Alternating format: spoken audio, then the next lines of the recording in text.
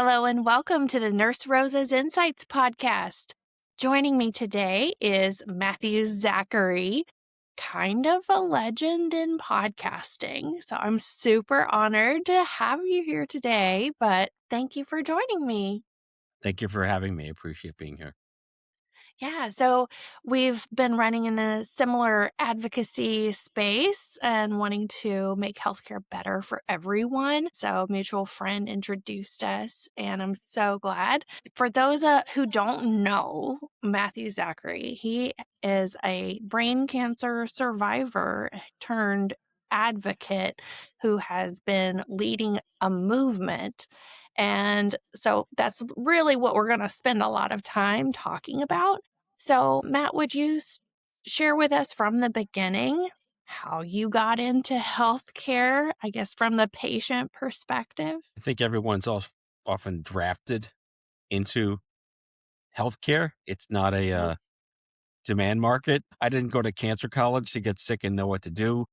Mm, If you go into medicine, obviously you're a Hippocrates to guide your career path. But most people like me, we get born of our condition, and that condition can be disaffected or affected by kind of, shit we didn't ask for. yeah. So I was drafted into healthcare with a cancer diagnosis 30 years ago as a college student. And I haven't really shut up ever since because I'm still above the grass. And that was how I got into this. Yes. I'm so thankful. So now you were also, at what point did you learn how to play the piano? Because I saw that I missed out on an amazing concert the other night. Yeah, I was a prodigy that I didn't know I was a prodigy. My mom played as a kid, and my dad had bought her a piano when I was in sixth grade because she hadn't played in a while. And I came home from school, and I kind of knew already how to play trumpet because they forced you to play an instrument in the city. So I had an inkling of a clue of like whatever treble clef was. And I saw her playing, and I was like, "Where do you put your fingers?" And she said, "Ba-da-da-da." And I went, "Oh, ba-da-da-da." And she like did a double take and said, "You're getting lessons." So like an hour later, I had lessons, and An hour later? well, pretty much, yeah. She knew someone who knew someone that knew the most hoity-toity Juilliard trained, luminary concert pianist from like orchestras who taught kids how to play on Staten Island where I was raised. So Well, okay. Bertha Mandel. And I was trained for 10 years, 10 straight years, weaving in and out of genres and skills and learning Broadway, jazz, classical, ephemeral, world, global, ethnomusicology. Went to undergraduate for music, learned musical theater, learned orchestration, learned like deep music theory. And I started composing for, orchestras and film scores and TV commercials and all sorts of stuff on campus. And who really knows what they want to be when they're 19? I kind of did. So that was it. That was when I started to, want to go to grad school and study at USC Film School and, spend my whole life trying to even come close to being John Williams. Yeah. Well, I think Matthew Zachary is a good person to be. Now, when did you get your diagnosis? You said it was before you were able to go to grad school?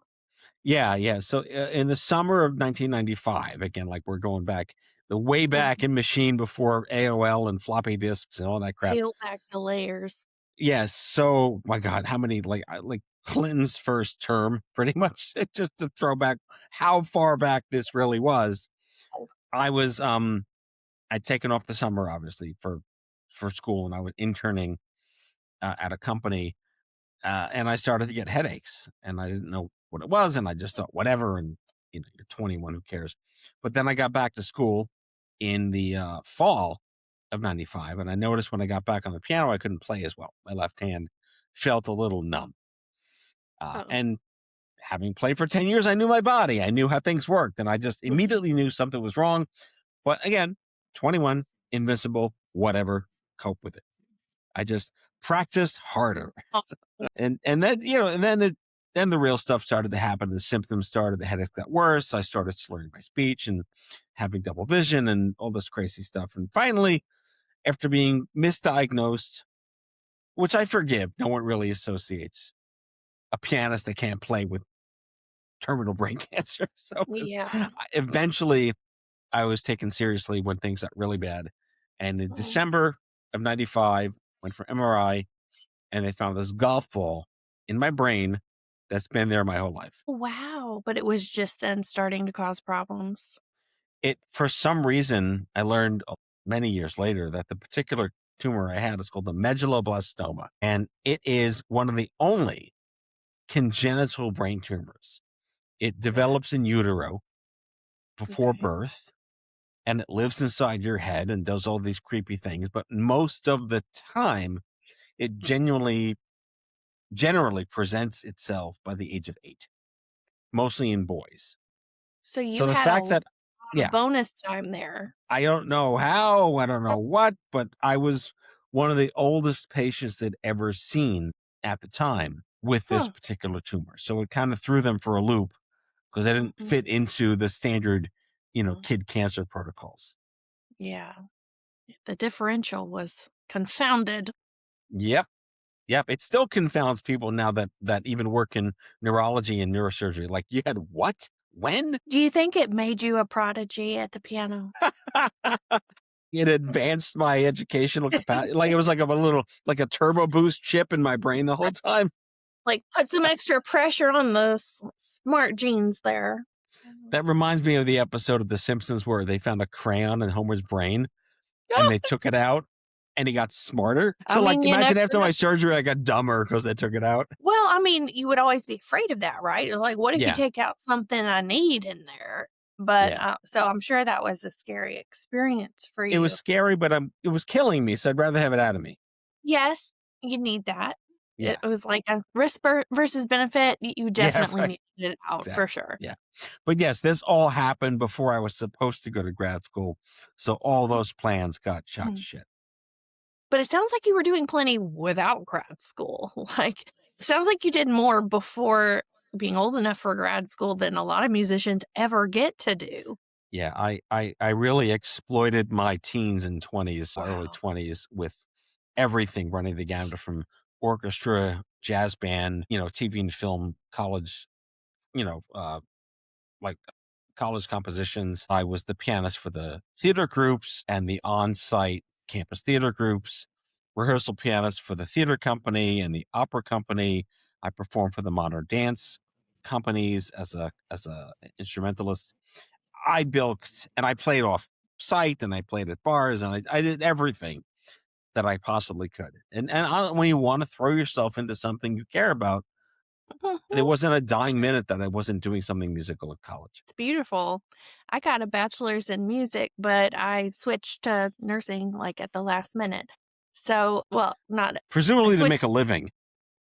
That is true. I didn't want to be a starving artist because while people said I was a good singer, I was more of the classical style, which was not perceived to be a big moneymaker. Right. So, yes, I did switch to nursing because I was like, well, that sounds like a steadier job type Yeah. situation. But did you find that music was helpful for you in your recovery after your surgery? Well, funny you say that because I wrote in my book Yeah. an anecdote. So Spoiler. in perspective, in the 1990s, you were just a piece of meat. There was no real such thing as cancer survivorship or quality of life or psychosocial well-being or mental health or community support or peer-to-peer. Everything we kind of rightfully take for granted today, should you have access to those opportunities, were bereft. Mm. And I can't blame the 90s for not having them. So I don't hold it accountable that I wished it was something I had. But I was thrown into like the bank vault of radiation chambers, which they had, Oh, Russian gulag style bank vault radiation chambers back then. They've evolved quite a bit in the last 30 years. And it was so damn silent in mm, there. And you just heard this whirring and these beeps. So I had asked them, mhm, can I play some music? Can I listen to some music mhm, while I'm getting, zapped with whatever the hell, mhm. plutonium? And they said no. So The Did they next think the day, sound waves were gonna disrupt the radioactive waves? Like, what? I showed up with a boombox and I said, I'm going to be playing music today in the bank vault. And they said, all right. So for the remainder of my radiation treatments, I listened to music during my zapping. Well, my goodness. So they just said no, like, they couldn't provide it to you, No, they essentially. just said, like, no one does that. We don't do that. Well, now they do it a lot in, like, MRIs and stuff like that. Did you Yeah. start that trend too? Yeah. I'm happy to be the trendsetter that got music into the bank vault radiation chambers and MRI, Well, patient experience. do it, man. Well, Yeah. thank you for that gift to humanity, softening up the experience a little bit. I can't imagine. How long were those radiation treatments? I know MRIs can take a while. Oh, God. I don't remember. 90 minutes? Are you serious? Some of them were that long. Because I Oh, had a whole series of craniospinal and yeah. intra something and with the stereotactic, and it was insane. It was just, yeah. I mean, don't hold me accountable to that. My dad would No, no. remember that more than I do. And for all, you know how when you're 4 years old, people look really old, but they're like 19. Like Mhm. I'm probably imagining it being longer than it was because it was the worst hell on earth. Yeah. It felt so miserable. Yeah. Yeah, Well, and that makes total sense. Time is just a construct, so it is yeah, whatever you said it was. It's fine. bingo. So, um, let's see. At this point, do you want to go ahead and tell us a little bit about your book and how you come to be writing that 30 years later? Yeah, I mean, so I've had a very almost like a terrible privileged life. I've always happened to be in certain places that wound up being beneficial to me and other people. I've always happened to be bumping into individuals along the way that became mentors, like luminary people that have been lost to history that I try to give homage to and upon whose Yeah. shoulders that I stand. And I never thought to write a book because who gives a shit about my story? There are so many books and memoirs out there. I really wanted to do something at some point that galvanized millions of people, not because I beat cancer. That was not something I planned for, not something I hang my hat on, not something I'm necessarily wanting to be a congratulations, you're not dead. Right. Although, still, congratulations, you're not Yes. dead. I'm thrilled to be not dead. I can guarantee you, I will accept the accolades of being not dead. Happily being not dead. But do we need another cancer survivor and story full of anecdotes, right? Although I do think you gave your story as a keynote quite a few times, so Well, people yeah, want and honestly, to. that's always done with the context of the intention of why I'm there. And Mhm. in many cases, it's not, oh my God, I'm alive. It's like, this is how much better it is today, even though it sucks. Yeah. It's different, terrible than it was 30 years ago. It's Yeah. different, better, and different, terrible.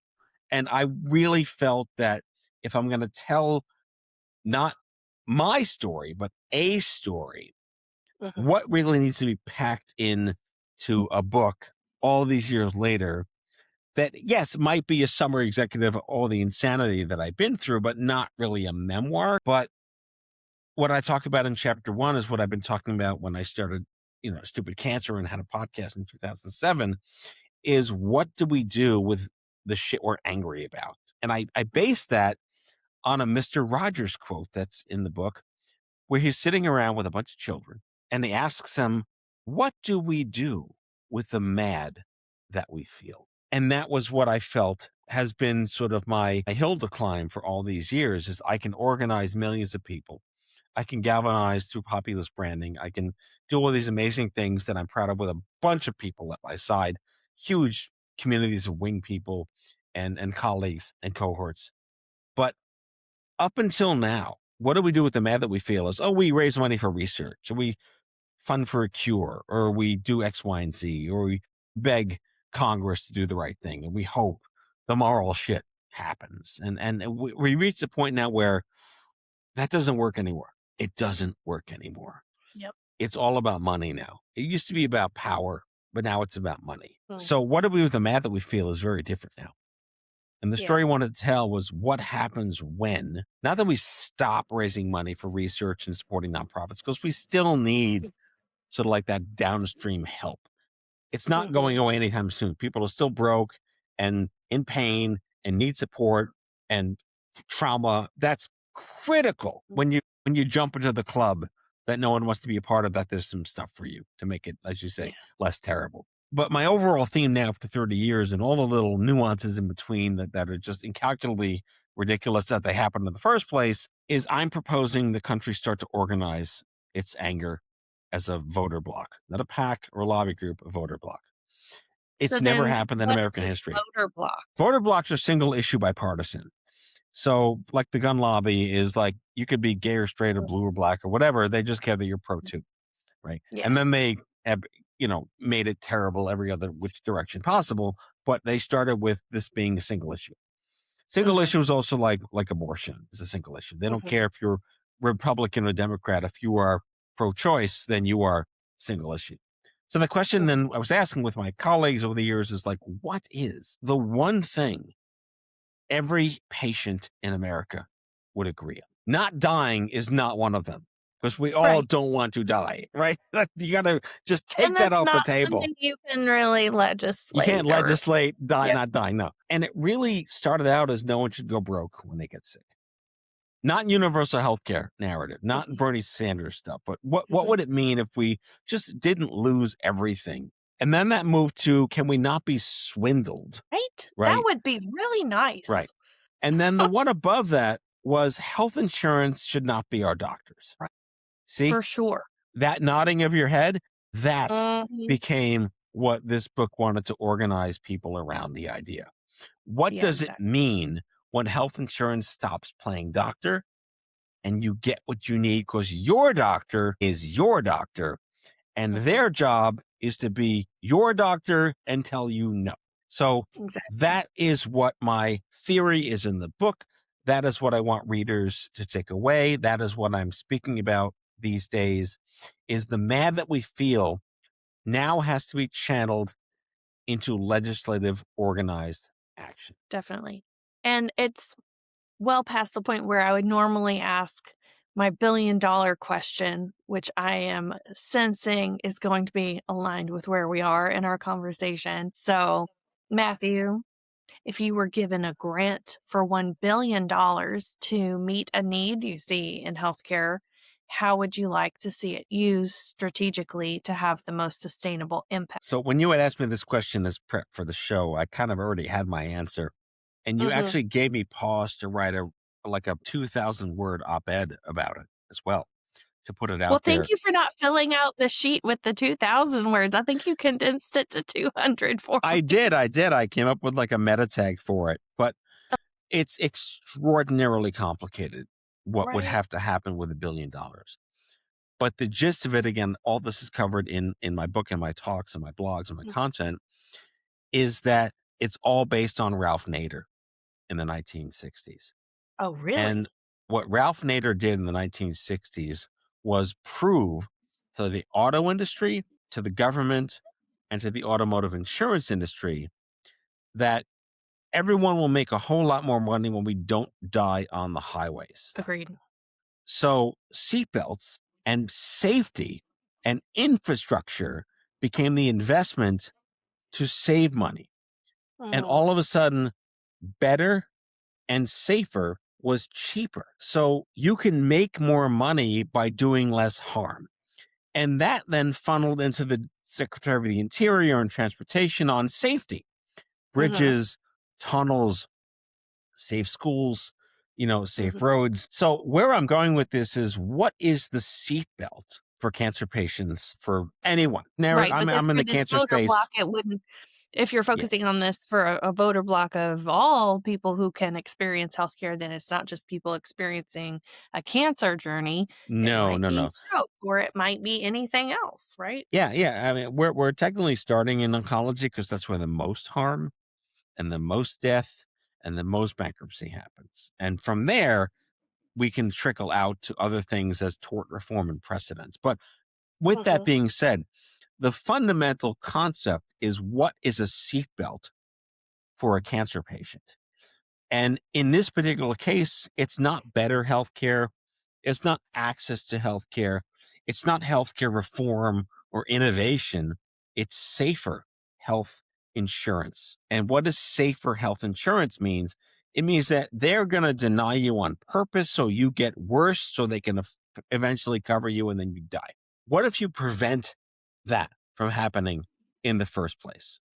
Right. Just suppose you don't ban prior auth, but you set limits to protect your voters in that state with cancer from being harmed by delay.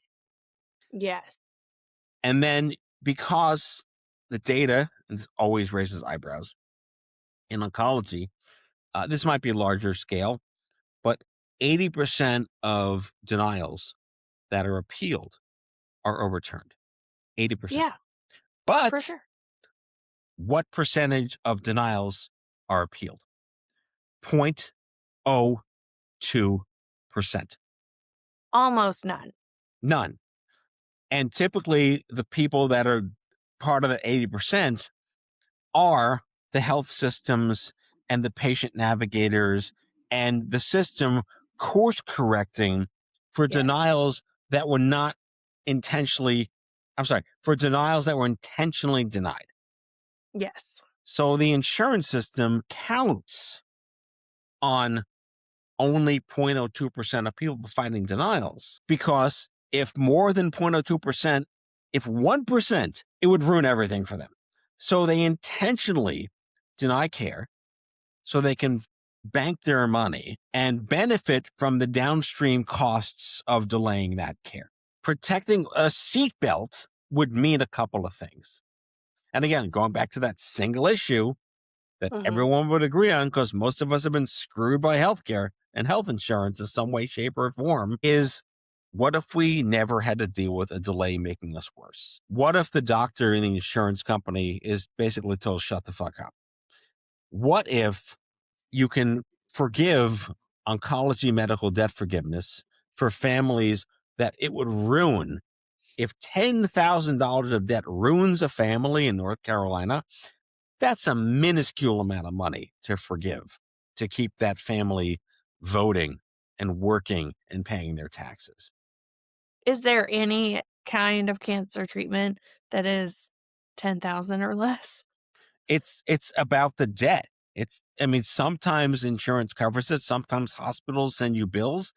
It's all about protecting that constituent from the harm of not being a productive member of the state. And there are other mechanisms in seatbelt terms, like mandating that nurses and social workers in oncology get upskilled to navigation-based reimbursements. And that's jargon for you are now a covered asset and a billing code to exist in the hospitals to help them get less screwed from prior authorization.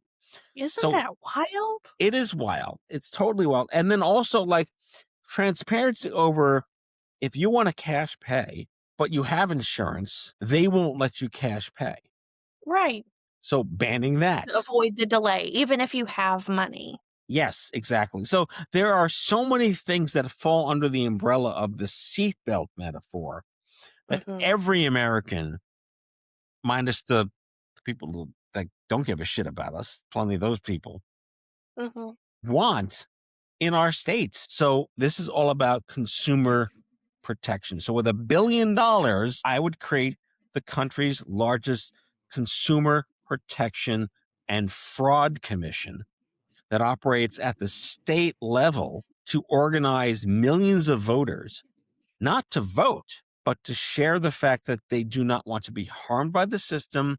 And to Ralph Nader's point, to wrap this up, better and safer is cheaper and doesn't waste money. Yes. Well, you said not to vote, though. So, but the point is to vote, isn't it? Well, if you're a PAC or a voter bloc, if you're a PAC or a lobby group, yes. Voter blocs have civic power. So that's an influence you don't need to have with a prop or a down ballot or a mid-year election. It's what the states feel are best for their voters. And it also lives in a completely separate bucket from the insurance lobby's interests in buying our senators and our House members in the states. It's in the interest of the states to not have $5 billion in waste from delay deny tactics than get paid to get reelected by insurance companies, because the voters will know. So that is the concept here. And should we ever need to do electioneering and primarying, that's when we work with PACs and lobby groups. We, the patients, does not need to do that. There are plenty of people who can organize those movements en masse.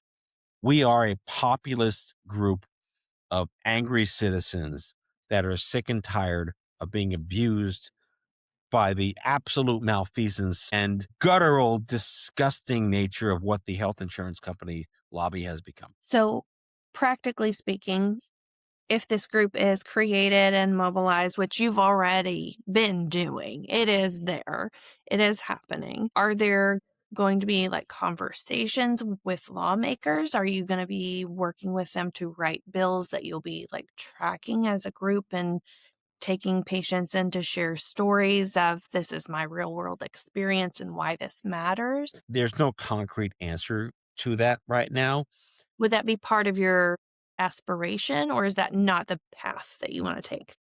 See, if you ask my co-founders, we'll have different answers to that. Oh, okay. My answer, and there's a lot of us in the We the Patients, business right now, stewing a bunch of stuff in stealth. Okay. My take is always a hot take, which is they're not going to give a shit about our stories. It's about money now. There's $30 billion a year wasted in delay, and all that money goes to PBMs, all of it. And then $10 billion is the money that it costs a state divided by population, obviously, by having that intentional delay. And I mentioned of those 80% that are appealed or overturned, but it takes $20 billion for that 80% to be overturned.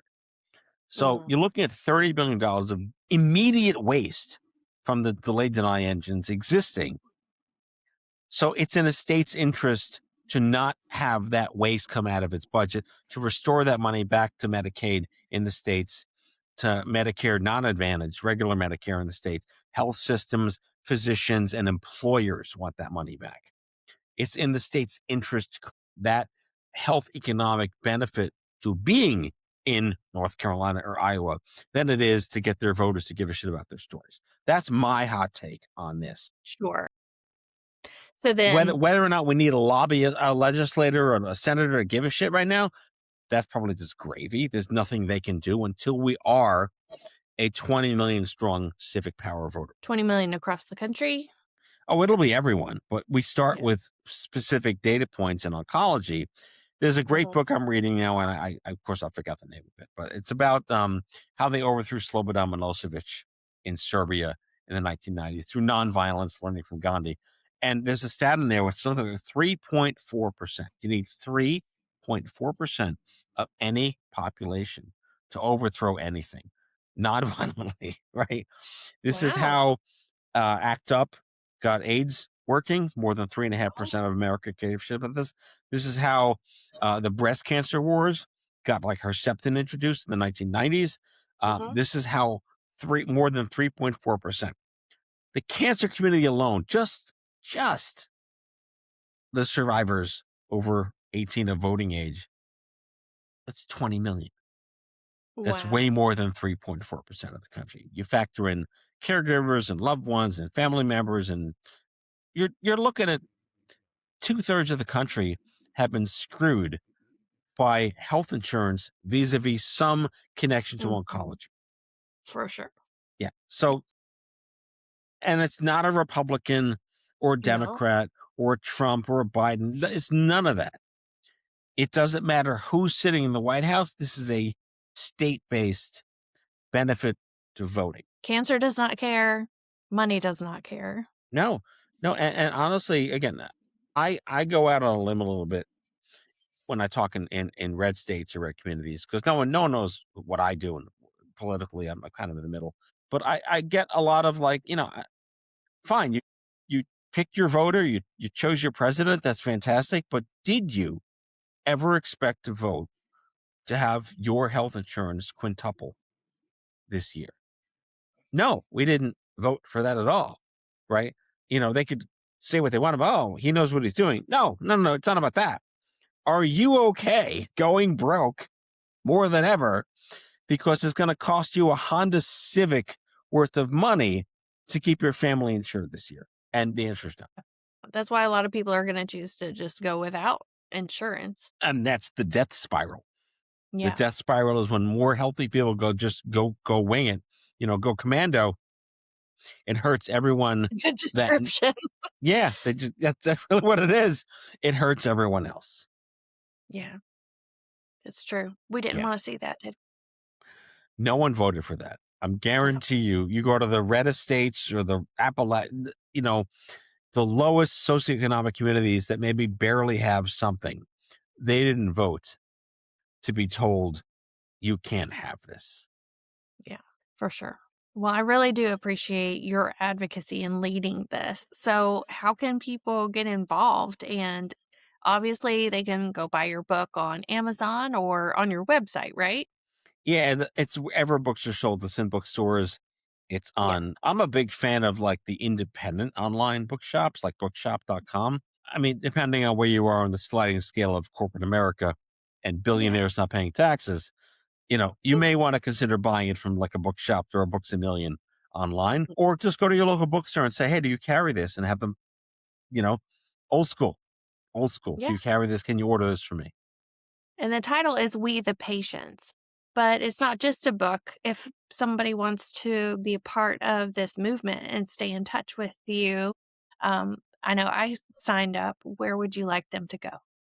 The most important thing anyone can do right now with the mad that they feel, whether you read the book or not, is to take the first ever American patient healthcare poll.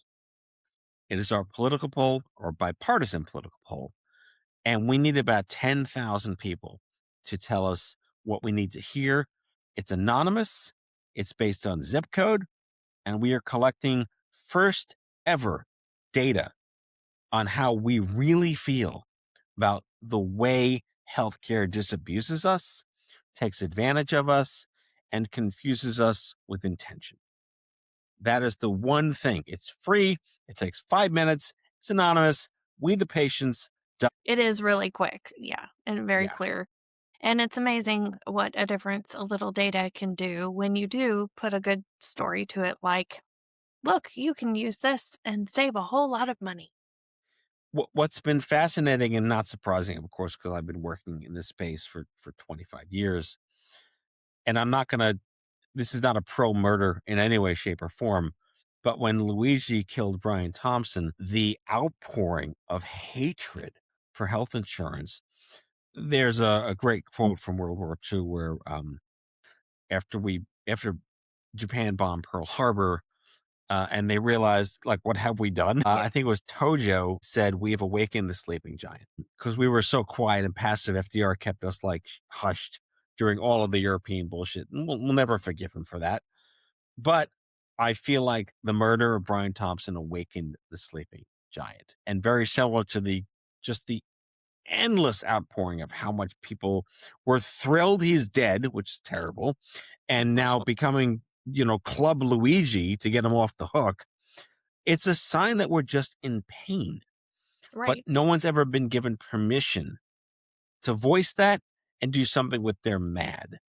And having seen this book go out on Amazon and all the places, it's the same thing. Everyone is now given permission to just express how angry they are and how we're all getting screwed, blued, and tattooed. And propose a solution that's not just cut off the head of the snake so that it can grow a new one and keep doing what it was doing because the money's still flowing.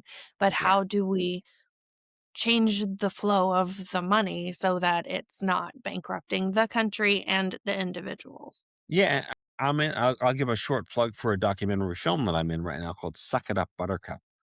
And I'm in it with Mark Cuban and Will Flannery and Wendell Potter and just this extraordinary gaggle of physicians who either tried to kill themselves, lost friends to kill themselves, moral injury, medical Mhm. suicide.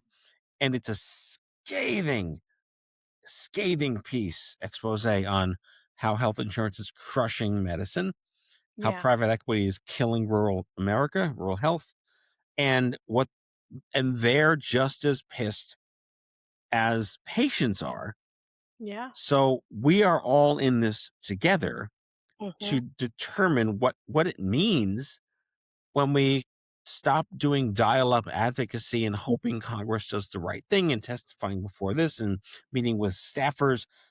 There's a place for that, but Mhm. it's not the thing we should be focused on anymore. It is time to finally organize as a bipartisan populist voter bloc and put all of our civic power together in one teapot to show our elected officials that your days are numbered unless you start protecting us from the harm of this disabuse. Definitely. It's just completely unsustainable, and you're Yes. absolutely right, and the thing is, I think people need actionable items to do in order to have hope. So one thing that I get to do in my day job is teach risk factor modification for stroke prevention. There are Hmm. a lot of things that you can't change, like your genetics, just like you were apparently born with your brain tumor. You couldn't help that. Nope. But there are things that we can do.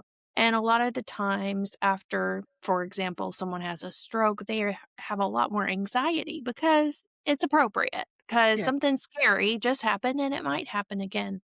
But sitting there worrying about it is not going to prevent another stroke. It's just going to actually increase your likelihood because stress Yeah. is an independent risk factor. So, what I teach them is to focus on the modifications we can make. What can you do? Focus on those tasks, and that helps control that anxiety and dispel that because you can have hope that at least I'm doing all of the right things. So, Matt, I really want to thank you for creating tangible actions that people can take to peacefully move towards a better future for how we afford healthcare. I'm a stroke survivor too. You didn't tell me that when we had our preview call. That's my drop, my mic drop for you here. You stinker. Oh my, you did this on purpose. I'm just making it look good. That's what this is all about. You are making it look good. And any asymmetry you could have said, oh, that was the brain tumor and the surgery and all. Yeah, no, I have something called radiation vasculopathy. It's a Oh, jargony medical term that but for the watchers, the viewers, the listeners, it means that the capillaries in your brainstem, and I mean this is very big in like leukemia, lymphoma, in mm, your neck area, but for brain cancer in the brainstem, those capillaries after all this radiation became very frail, and they can pop and they can snap and crackle, and all the things can happen to them. cereal And things. You mean like the cereal you eat? yeah, right, yeah. So Snap. it was 2011. So it was a while. It was like 14 years after all my treatments were over. I Hmm. had reached an ungodly weight. I don't blame myself. It's hard to know why, but one day I woke up and I was slurring my speech again out of nowhere, and I Oh, lost my shit. I'm a pacifist in terms of there are no problems until there are problems, versus like people like if there's no problem, that's the problem. So I woke up terrified, told my wife, told my kids, went through all this battery of crap, and it turns out I thought I had a tumor again, right. but Because it that turns out was I your had experience. yeah, yeah, like slurred my what the hell? I had a minor ischemic incident in the ponds that they attributed directly to radiation vasculopathy. So immediately I was put on aspirin and went to the stroke center, and I knock wood. I mean, I'm a ticking time bomb to begin with. But to your point, I don't stress about it. I do Yeah. what I can to try and not get one Yeah. again, despite having limited control over things. And just to wrap that up on the bum, we had a really stupid cancer was just so irreverent when I founded it in the 2010s. We had a whole Mangold try to not get cancer. And it was all about what can you actually pragmatically try to do? Because it wasn't like risk reduction. Because when you're when you're a kid, you can't reduce your risk of leukemia as a kid. You Right. can't reduce brain cancer in your teen years. There's no stick your head in a truck and get your taco truck MRIs in high school. They don't do these things. So to your point, prevention really is just try to not the best Uh-huh. you can. And don't beat yourself up about it if it happens anyway. Yeah.